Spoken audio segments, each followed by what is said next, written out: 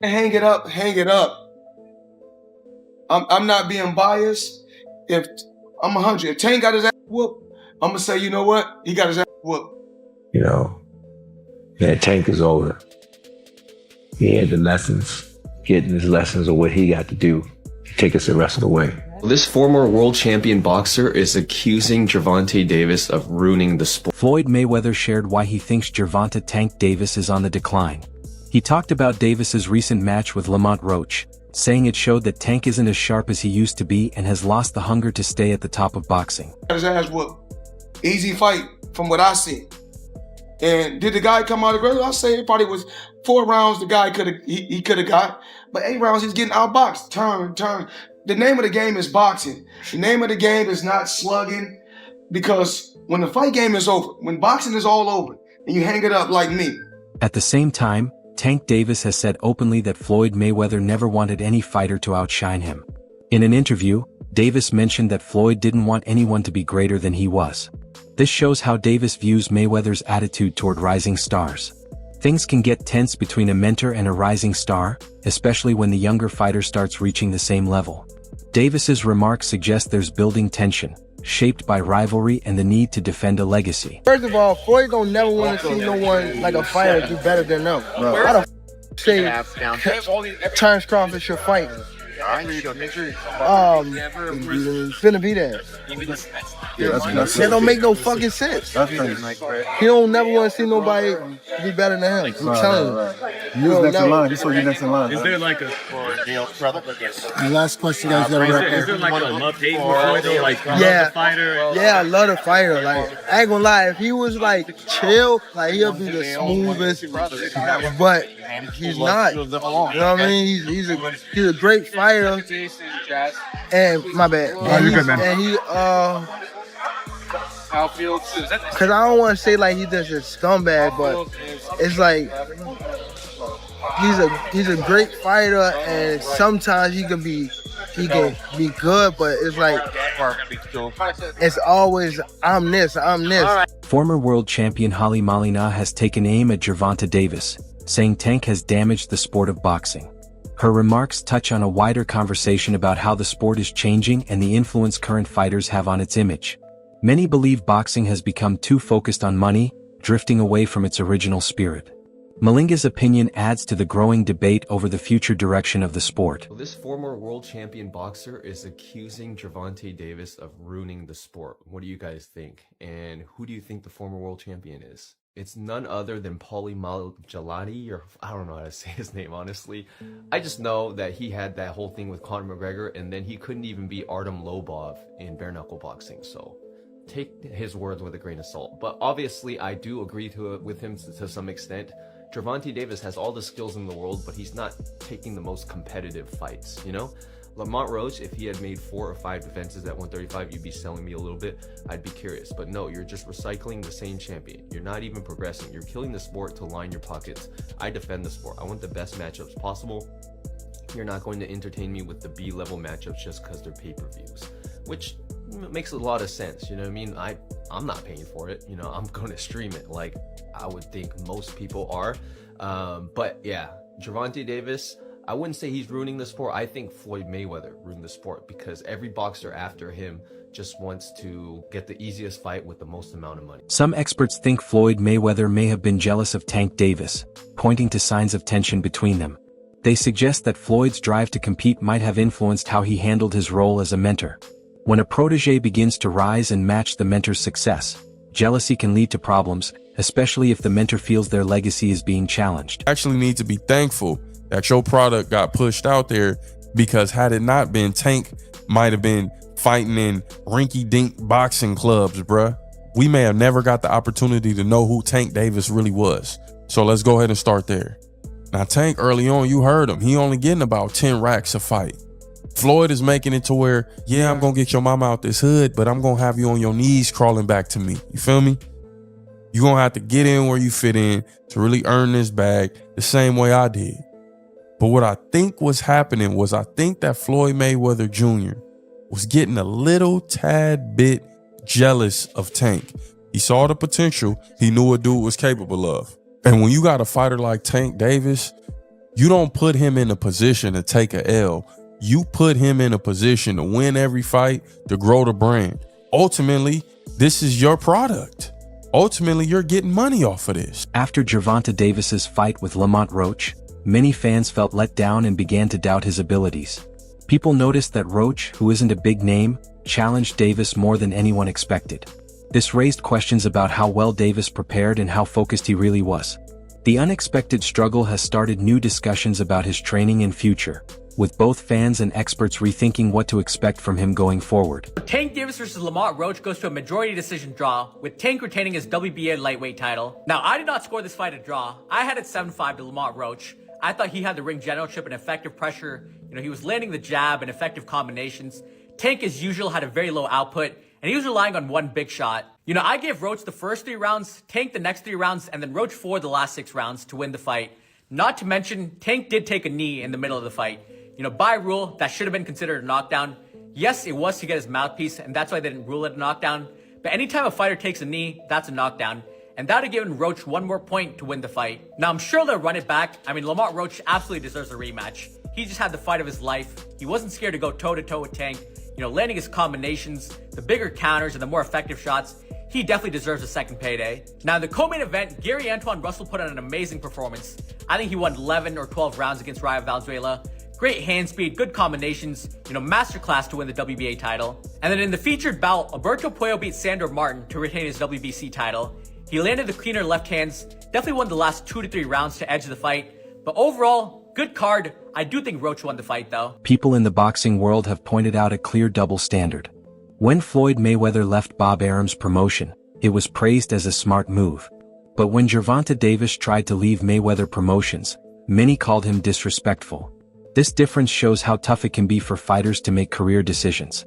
It also shows how much a fighter's image and the stories around them can shape public opinion. Floyd left Bob Arum.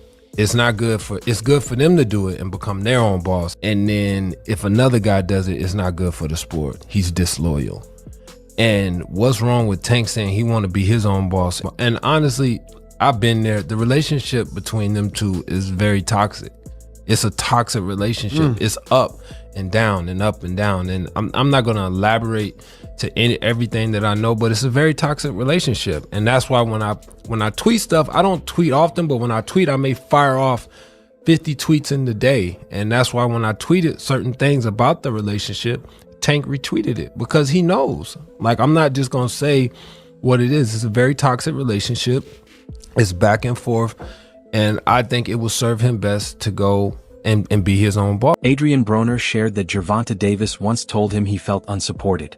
Broner added that he wouldn't go into details unless Davis chose to speak about it himself.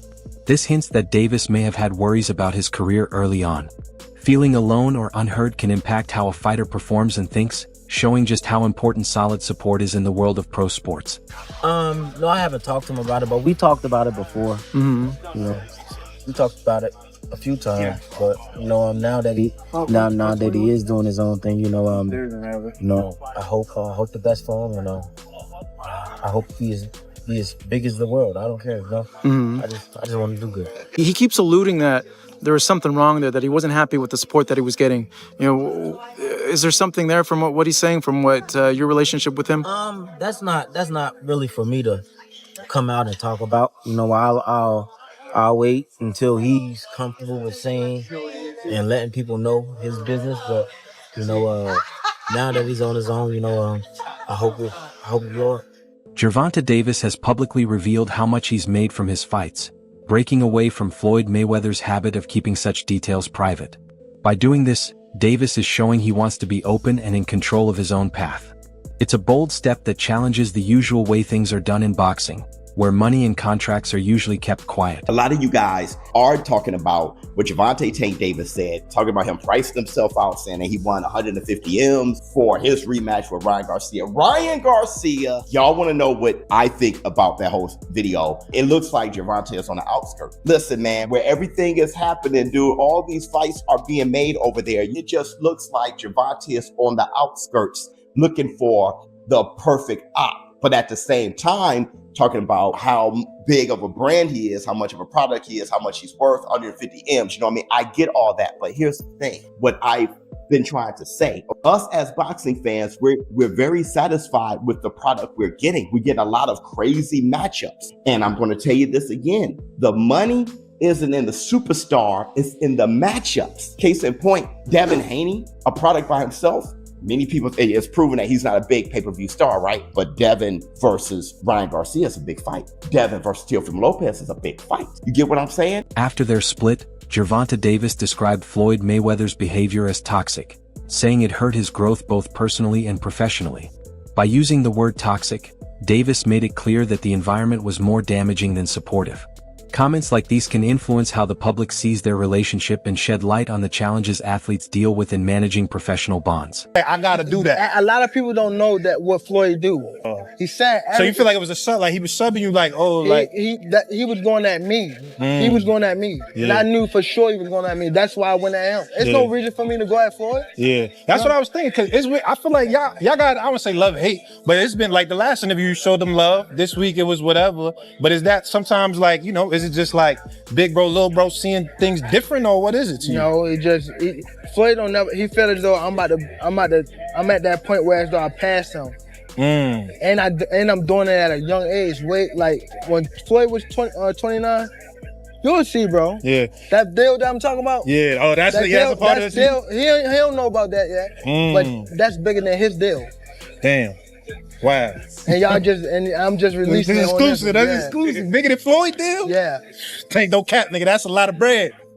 As the conflict between Floyd Mayweather and Gervonta Davis became public, fans and media started guessing what caused their fallout.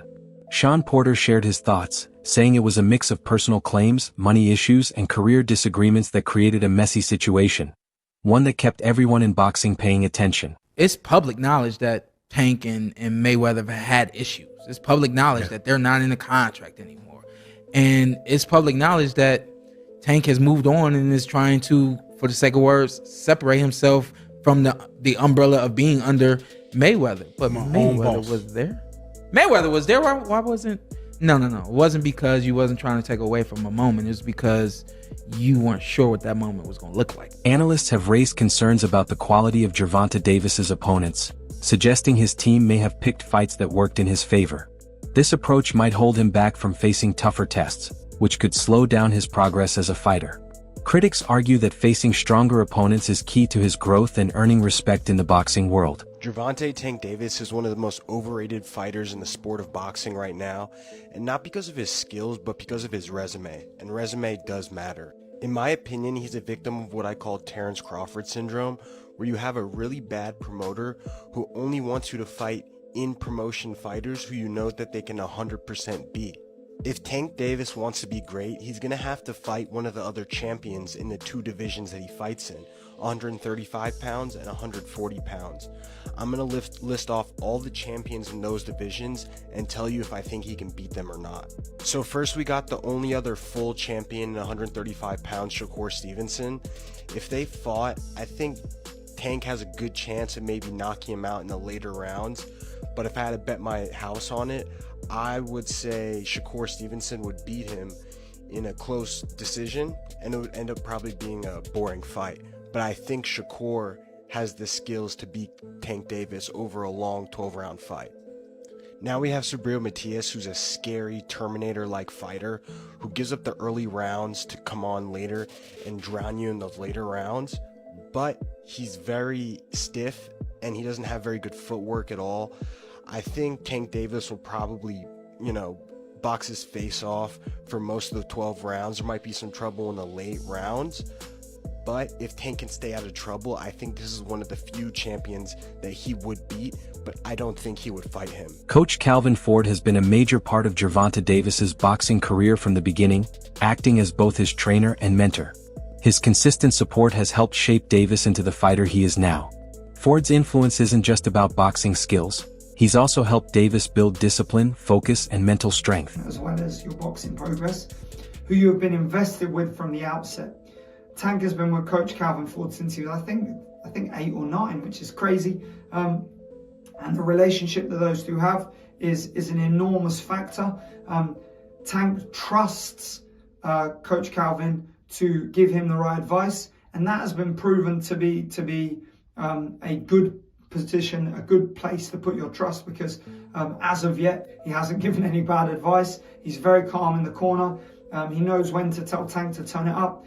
He gives him understandable advice, and he gives him very simple advice in the corner. Calvin Ford called their journey wild but said his time with Tank is done. His comment hints at a possible end or change in their working relationship. This may mark a turning point in Davis's career or a shift in how things move forward.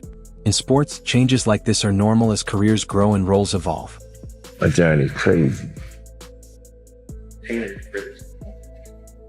That's why I said this, yo, you can't write this, man. You cannot write this. My experience being gone and all the stuff that I went through preparing me for where I'm at today. You know, man, Tank is older. He had the lessons, getting his lessons of what he got to do to take us the rest of the way.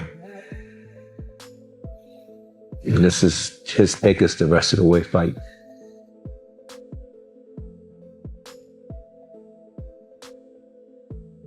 Even with his success, people still disagree about Gervonta Davis's standing in boxing. Some say casual fans give him too much credit without grasping the sport's deeper details. Others feel diehard boxing fans don't give him enough respect, missing how skilled he really is. This split shows how opinions on fighters can vary depending on who's watching.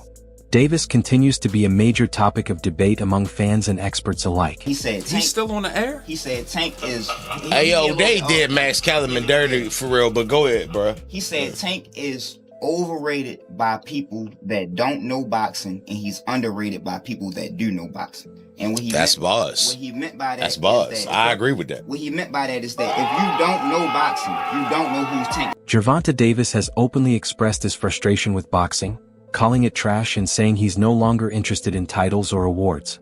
This change in attitude has made him think about stepping away from the sport earlier than people thought. His words reveal the pressure athletes deal with and how hard it can be to stay motivated when things get tough. So realistically, how much longer do you see yourself being a fighter? How many more years you think? It depends. I got some people I want to get. Like who? I don't want to say their names, but... Just say yes or no. Haney? Yes. Lomachenko? Yes. Teofimo? Yes. Not really so much Teofimo. Not so much. Nah. How come? Cause it's like, I don't know. Just he ain't really like. I mean, if the fight like prevents itself, then yeah. But other than that, it's not on your list. Yeah, it's not on my. He's not. Kambosos? No. Is there anyone I'm missing, or is that it? Yeah, but I don't want to say his name. Shakur? Yeah. That's another one. Even at a young age, Gervonta Davis recognizes how important mental health is and knows when it's time to take a step back, even if that means leaving boxing.